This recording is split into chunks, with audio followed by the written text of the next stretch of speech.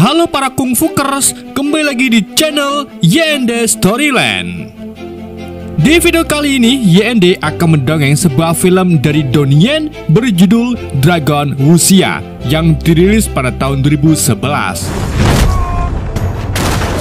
Jadi adik-adik, film ini bercerita tentang seorang petani bernama Liu Jinxi yang secara tidak sengaja membunuh dua penjahat di desanya dan menjadi seorang pahlawan.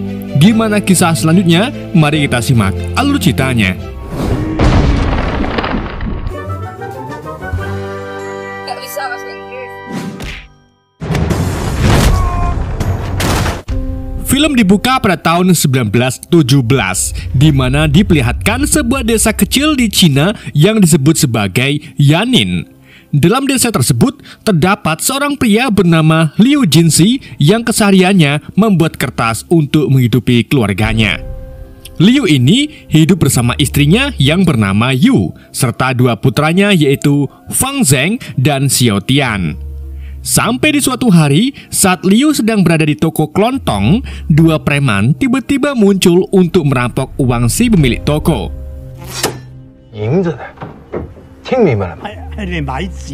Ketika pemilik toko menolak menyerahkan uangnya, preman itu mulai mengacak-acak toko dan menganiaya pemilik toko beserta istrinya.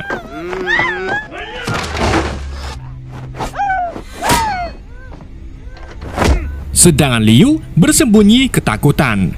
Namun, jiwa pahlawan Liu muncul setelah melihat pemilik toko dianiaya secara brutal.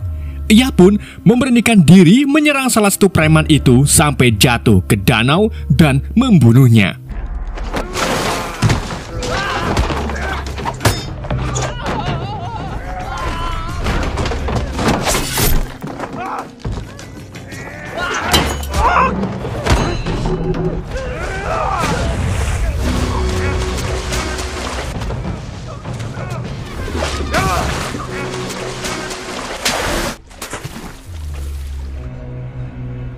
Tentunya, kejadian itu membuat heboh para warga di desa tersebut.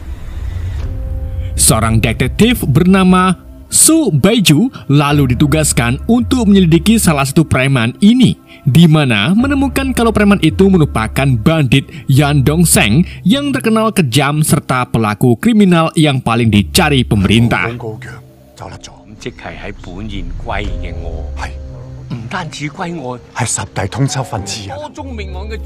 Ketika hakim setempat dan penduduk desa sedang merayakan aksi kepahlawanan Liu, Su Baiju malah masih tak percaya bagaimana mungkin Liu yang tampak plonga-plongo ini bisa mengalahkan seorang bandit yang sangat berbahaya. Baiju lalu dengan cermat memeriksa tubuh Yan Dongsheng dan menemukan adanya tanda-tanda pendarahan otak yang diakibatkan dari cedera saraf. Baiju menduga kalau Liu bukanlah manusia biasa dan sengaja menyembunyikan kemampuannya. Karena hal itu, Baiju pun mengumpulkan informasi tentang Liu dari penduduk desa.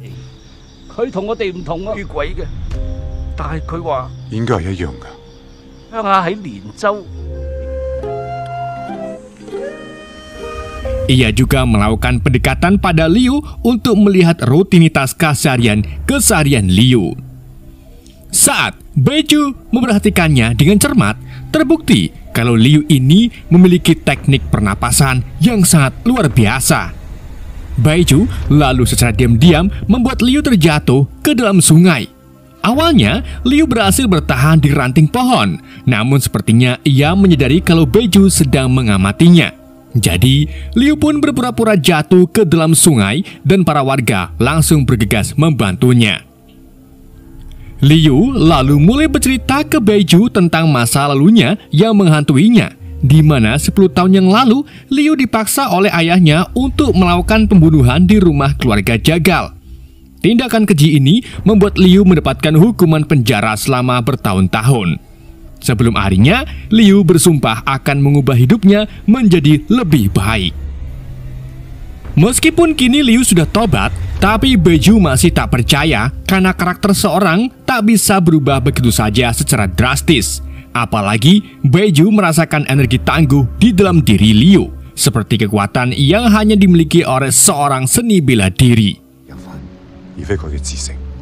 一切事物皆無自性。佢殺咗人，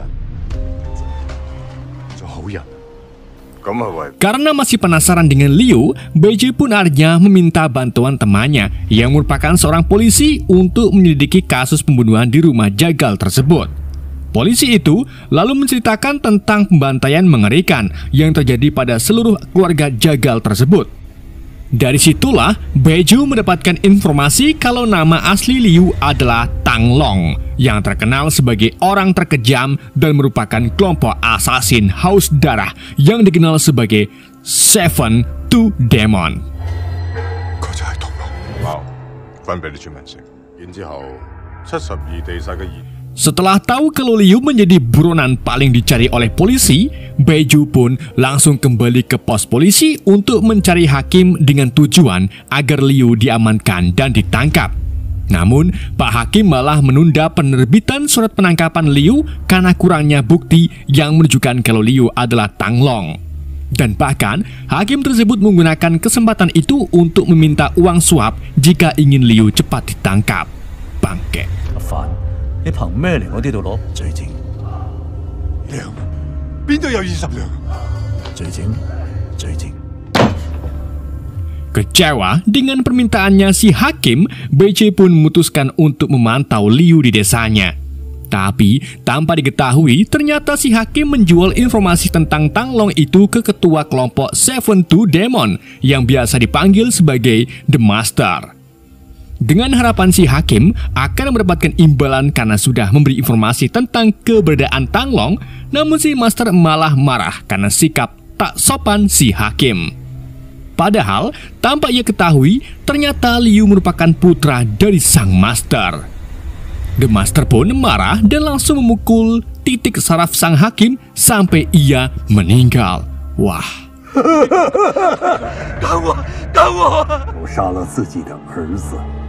的亲生儿子。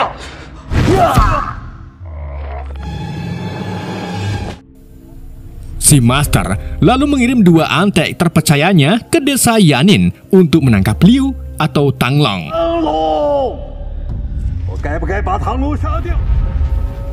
Kedua antek The Master itu kemudian menyusup ke dalam desa, dan salah satu dari mereka yang dikenal sebagai The Madam lalu memukuli Liu habis-habisan sambil memaksa Liu agar mengungkapkan identitas aslinya.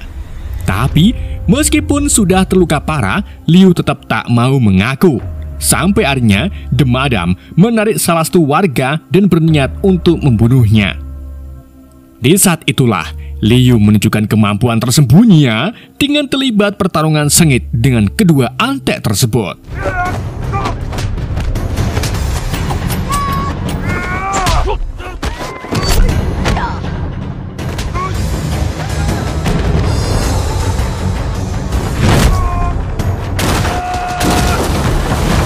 Seluruh orang-orang di desa termasuk istri Liu pun terlihat terkejut dengan perubahan Liu yang kini menjadi petarung hebat dan bahkan mengalahkan salah satu dari anggota Seven Two Demon.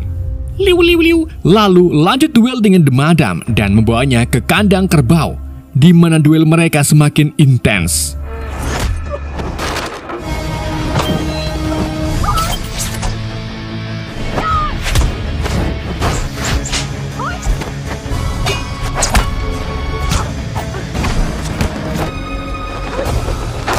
Duel yang berlangsung cukup lama itu akhirnya kembali dimenangkan oleh Liu yang berhasil membuat para kerbau menginjak-injak The Madam dan hampir jatuh ke sungai.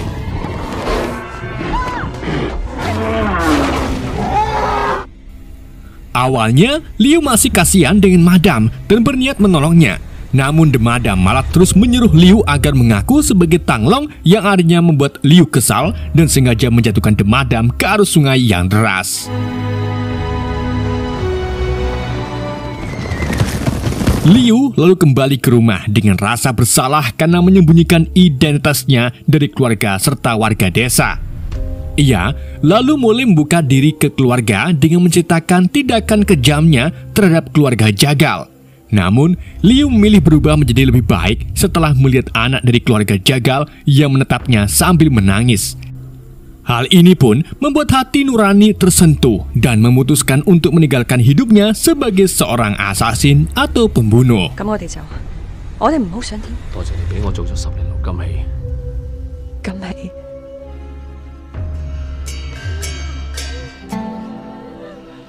Tak lama kemudian, Beju dan petugas polisi tiba untuk menyampaikan berita buruk kalau para 7 tua demons akan menyerang desa Yanin. Jadi, mereka pun menyuruh semua warga desa termasuk istri Liu dan anak-anaknya untuk segera meninggalkan desa.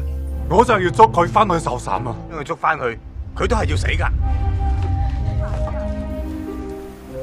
Di malam harinya, Beju dan Liu memilih tetap tinggal di desa. Beju juga kini merasa simpati dengan Liu dan yakin kalau Liu memang serius ingin berubah menjadi orang yang lebih baik. Beju lalu menggunakan pengetahuan fisiologinya dan akupunturnya untuk menyusun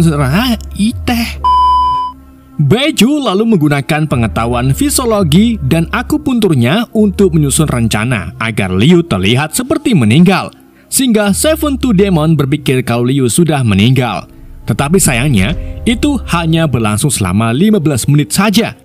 Jadi, Beju berusaha membangunkannya lagi. Sampai akhirnya, ante-ante The Master malah tiba lebih awal dari perkiraan mereka. Alhasil, ante-ante itu pun melihat Beju yang sedang mencoba menghidupkan kembali Liu.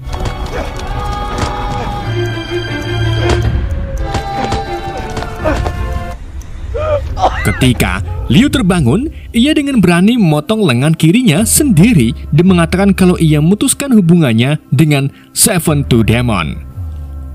Pernyataan Liu pun diterima karena sebenarnya para Seven Two Demon memang sudah menganggap Liu sudah mati dan bukan menjadi bagian dari kelompok mereka lagi. Namun, tujuan kedatangan mereka sebenarnya adalah mempertemukan Liu dengan The Master. 给教主一个交代吧。 去世了，这以后就不再是地煞的人了。都去世了。 Liu lalu kembali ke rumah tersembunyinya. Tapi ternyata The Master sudah menunggunya di rumah tersebut bersama istri dan anak Liu. Sambil menyandra keluarga Liu, The Master mengungkapkan kalau ia akan melepaskan Liu dari Seven Two Demon jika Liu bersedia membunuh putranya sendiri yaitu Xiao Tian. Liu pun marah dengan permintaannya itu dan langsung melancarkan serangan ganas ke The Master. Alhasil, keduanya pun terlibat pertempuran intens meskipun Liu kini hanya memiliki satu tangan.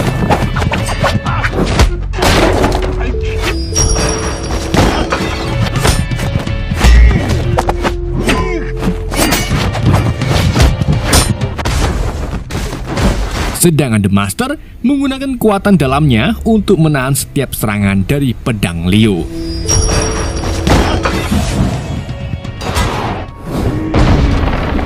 Sementara itu, Beju mengamati mereka dari luar rumah.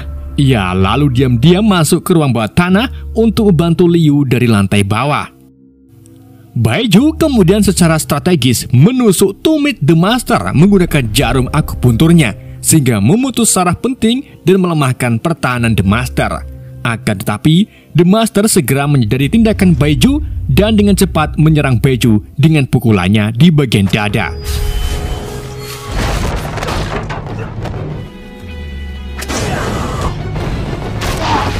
Meskipun begitu, Beju ternyata berhasil membalasnya dengan menusukkan jarum akupunturnya ke dalam leher si Master, sehingga memutus saraf lainnya yang membuat pertahanan The Master terus goyah. Duel antara Liu dan The Master terus berlanjut di tengah-tengah hujan deras.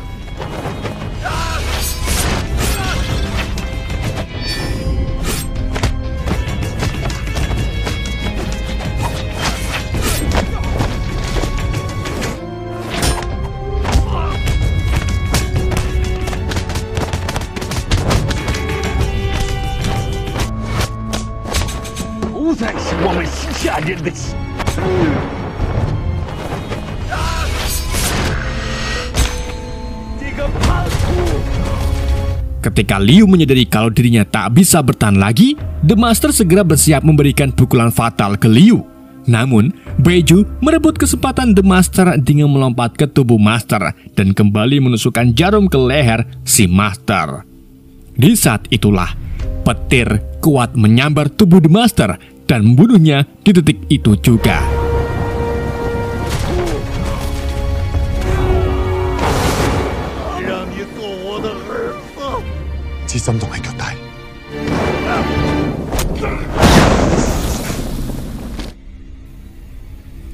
Setelah kejadian ini, Beju tak sadarkan akibat luka parah dan mengembuskan nafas terakhirnya. Sementara keluarga Liu akhirnya bersatu kembali. Kini, mereka terbebas dari cengkraman Seven Tooth Demon dan melanjutkan hidupnya yang damai seperti sebelumnya. Film pun berakhir.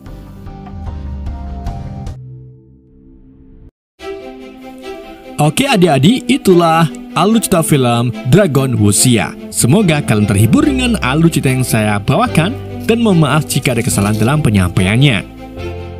Sekian dari Yen deh, sampai jumpa di video berikutnya.